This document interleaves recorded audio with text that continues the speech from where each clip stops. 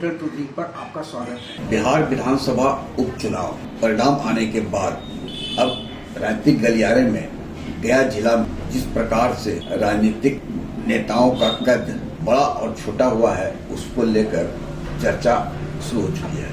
RJD के तुरुप का पत्ता अभय कुशवाहा को माना जा रहा था। अभय कुशवाहा ने औरंगाबाद लोकसभा क्षेत्र से आरजेडी का परचम लहराया था, सांसद बने।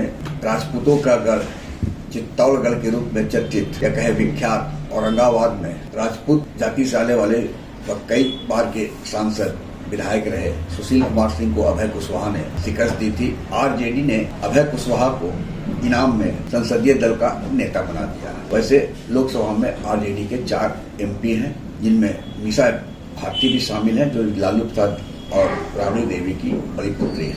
यानी एकाएक कद अभय कुशवाहा का बढ़ा। और जो जानकार बताते हैं कि अभय कुशवाहा के कहने पर ही इमामगंज से रोशन मांझी को पार्टी ने अपना प्रत्याशी बनाया। वहीं गया में बेलागंज, जो कि 1990 से आरजेडी का अवैध किला बन चुका था, वहाँ अभय कुशवाहा को अपने जाति का वोट बैंक ट्रांसफर करने की जिम्मेवारी भी सौंपी गई। तय था कि अभय कुशवाहा यह कर दिखाएंगे। इमामगंज विधानसभा चुनाव क्षेत्र को यदि देखें तो दीपा मांझी का जो प्लस पॉइंट था वह उनके ससुर जितनराम मांझी द्वारा इलाके में किया गया विकास, पति संतोष कुमार सुमन का साथ और मां ज्योति मांझी, अनेक 3 बड़े नेता मुसहर समाज के उनके साथ थे, यानी दीपा मांझी के। वही रोशन जिला परिषद के उपाध्यक्ष रहे हैं, स्थानीय थे। और सबसे बड़ा उन्हें साथ अभय कुशवाहा का था कि ट्रांसफर करा देना है वोट कुशवाहा और दांगी समाज का। इसी की तरह दीपा मांझी को नुकसान पहुंचाने के लिए काफी हद तक जन स्वराज के प्रत्याशी थे, जिन्होंने 38,000 वोट जितेंद्र पासवान ने काटा। जन स्वराज के राष्ट्रीय संयोजक प्रशांत किशोर का भी मानना है कि जो उनके पार्टी प्रत्याशी ने इमामगंज में वोट प्राप्त किया है, उसका 2/3% वह एनडीए का था। इसके बावजूद रोशन मांझी चुनाव मैदान में पराजित हो गए। और इसका एक और कारण बताया जा रहा है कि जो अति पिछड़ा वर्ग और विशेषकर दांगी कुशवाहा वोट था, वह डाइवर्ट नहीं हो पाया। और इसके लिए मुख्यमंत्री नीतीश कुमार का चुनाव प्रचार के पूर्व इमामगंज विधानसभा क्षेत्र में आना और दीपा मांझी के पक्ष में वोट मांगना रहा। तो रोशन मांझी को उम्मीद थी कि वे विजय होंगे, अभय कुशवाहा का साथ है। लेकिन अभय कुशवाहा दांगी बहुल इलाके में मतदाताओं का रुझान एनडीए की ओर रोकने में असफल रहे। वहीं बेलागंज विधानसभा उपचुनाव को लेकर यदि देखें तो 2020 में अभय कुशवाहा दूसरे स्थान पर थे। एक तरफा वोट उन्हें अपने समाज का मिला था। अभय कुशवाहा के राह में अब उनके बड़े भाई अजय कुशवाहा को विपक्षी दलों ने सामने लाया।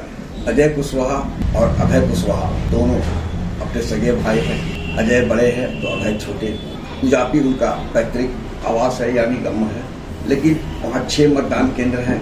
यह उम्मीद की जा रही थी कि अभय कुशवाहा, जो कि काफी सक्रिय रहे राजनीति में, एमपी हैं, तो उनका प्रभाव होगा।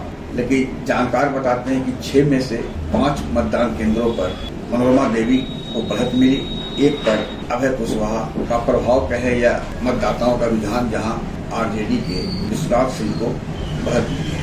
वैसे अजय कुशवाहा की माने तो बेलागंज विधानसभा क्षेत्र में कुशवाहा समाज का जो बड़ा तबका है वह मनोरमा देवी के पक्ष में मतदान किया है। आहिस्ते आहिस्ते सरकारी आंकड़ा, जो अधिकृत आंकड़ा है, वो आएगा मतदान केंद्र वाइज, तो स्पष्ट हो पाएगा कि अभय कुशवाहा को जो पार्टी ने उम्मीद से ज्यादा दिया है उसके वे हकदार है या नहीं। और अजय कुशवाहा के साथ भी यही बात है कि वे भी कई दलों से होते हुए आज जनता दल यू में है।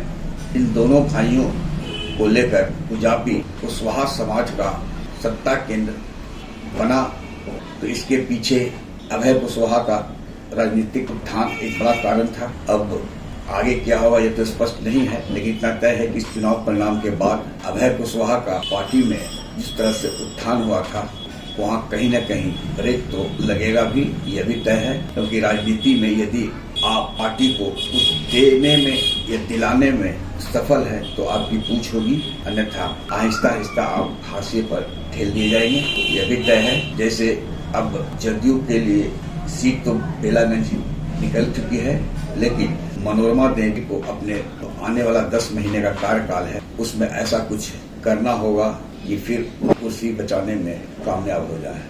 आग्रह है कि इस वीडियो के लिंक को लाइक शेयर सब्सक्राइब अवश्य करें। धन्यवाद। नमस्कार।